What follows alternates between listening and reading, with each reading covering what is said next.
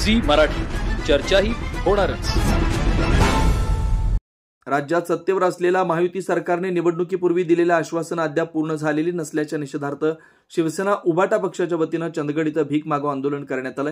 शेतकऱ्यांची कर्जमाफी, दिव्यांग व निराधार पेन्शन, अतिवृष्टी नुकसान भरपाई, बहिणींची मदत रक्कम तसेच अत्यंत धोकादायक अवस्थेतील बेळगाव वेंगुर्ला राज्यमार्गाचं नूतनीकरण या प्रमुख मागण्यांसाठी आंदोलन झालं।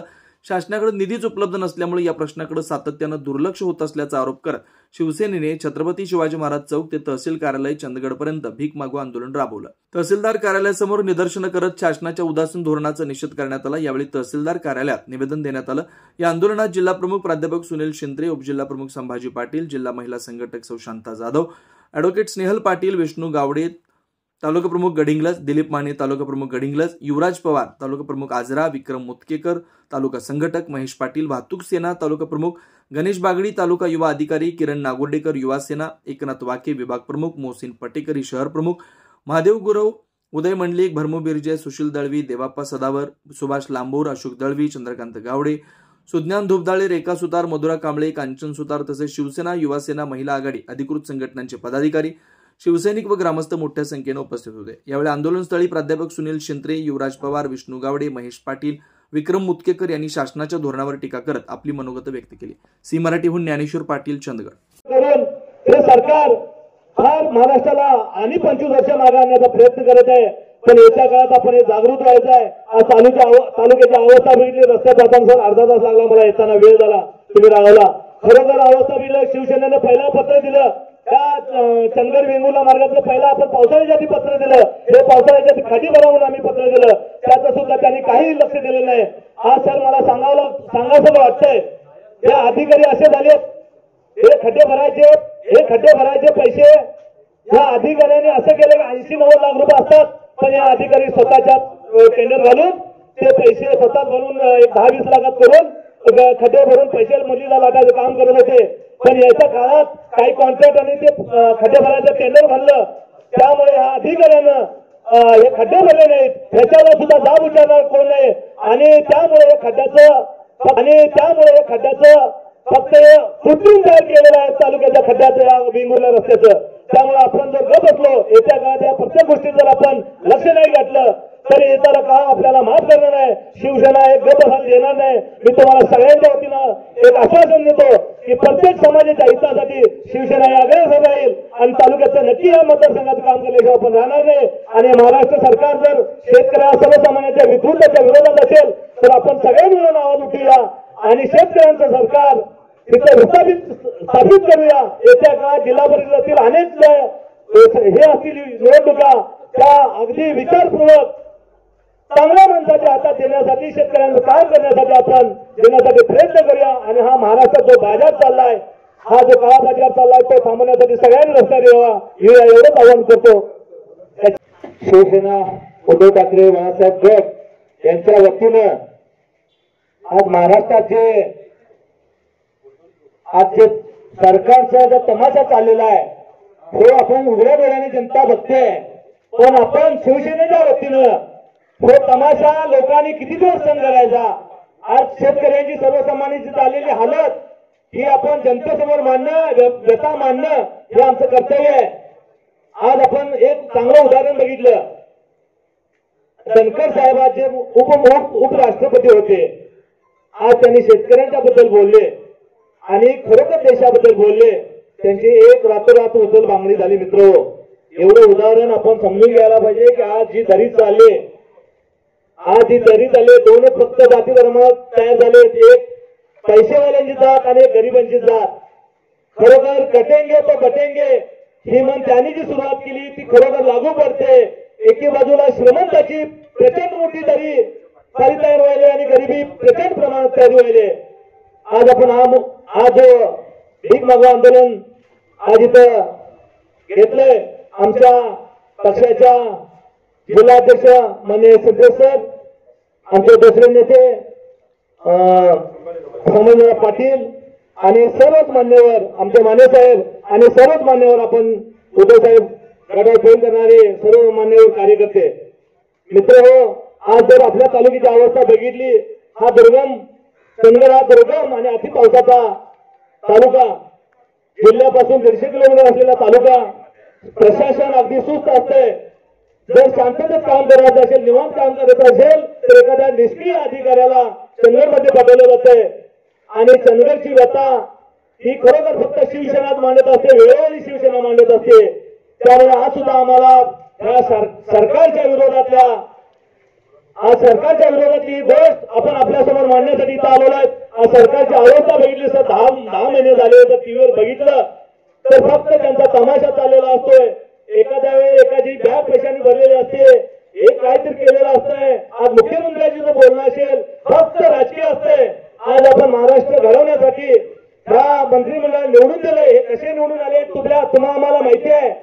आपण इथून पुढे जागरूक होणं गरजेचं आहे. कसे निवडून आले, काय त्यांनी हे आपल्या आश्वासने दिली, लाडकी बहिणीचं आम्हीच दाखवलं. शिवछत्रपती शिवसेना प्रमुख आदरणीय बाळासाहेब ठाकरे, पक्षप्रमुख माजी मुख्यमंत्री आदरणीय उद्धवजी आणि युवासेना प्रमुख आदरणीय आदित्यजींना मी अभिवादन करतो.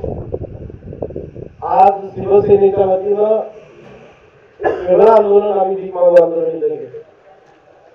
मला काही जणांनी प्रश्न उपस्थित केला की काय प्रकार आहे भीक मागू आंदोलन. मित्रांनो, तुम्हाला सगळ्यांना आठवत असेल की या निवडणुकीमध्ये विधानसभेच्या लाडक्या बहिणींच्यासाठी योजना जाहीर केली आणि गेले काही दिवस आपण वर्तमानपत्रातून वाचतोय की लाडक्या बहिणींच्या नावाखाली काही बोगस लोकांनी ही योजना लुटली. त्या लाडक्या बहिणींच्या मुळे पैसे नाहीत अशी पूर्णपणे प्रशासनामध्ये भावना निर्माण झाली. आज आमची इथं अपंग बांधव आहे, अपंगांचे पैसे मिळत नाहीत. आम्ही काही दिवसापूर्वी वेंगुर्ला बेळगाव रोड त्याची मागणी केली होती. चंदगडमध्ये जे काही रस्त्यांची दुरावस्था झाली याच्यासाठी निधी लावा म्हटलं, त्याच्यासाठी शासनाकडे निधी नाही. शेतकऱ्यांची कर्जमाफी आदरणीय उद्धवजींनी एका दिवसामध्ये जाहीर केलेली होती. या शासनाने जाहीर केलं होतं की आम्ही शेतकऱ्यांची कर्जमाफी करू, त्याच्यासाठी यांच्याकडे पैसे नाही. अतिशय दुर्दैवाची गोष्ट की ज्यांनी कॉन्ट्रॅक्टरनी काही कामं केली त्या कॉन्ट्रॅक्टरांचे पैसे देण्यासाठी सुद्धा यांच्याकडे पैसे नाहीत. दुर्दैवाने काही कॉन्ट्रॅक्टरनी सुद्धा आत्महत्या केलेल्या उदाहरण आहे. शासनाकडे पैसा नाही. शेतकऱ्यांच्यासाठी, सर्वसामान्य लोकांच्यासाठी, अपंगांच्यासाठी, गरिबांच्यासाठी, महिलांच्यासाठी, युवकांच्यासाठी पैसा नाही. पण शक्तीपीठसाठी मात्र 80,000 कोटीची तुम्ही निविदा काढण्याचं घाट घातलेला आहे आणि सर्वसामान्य शेतकऱ्यांना बरोबर. शेतकऱ्यांचा मंत्री म्हणून जो काम करतो त्या माणिकराव कोकाटेंचं परवाचं विधान अतिशय धक्कादायक होतं. त्याने शब्द वापरला की शासन भिकारी आहे.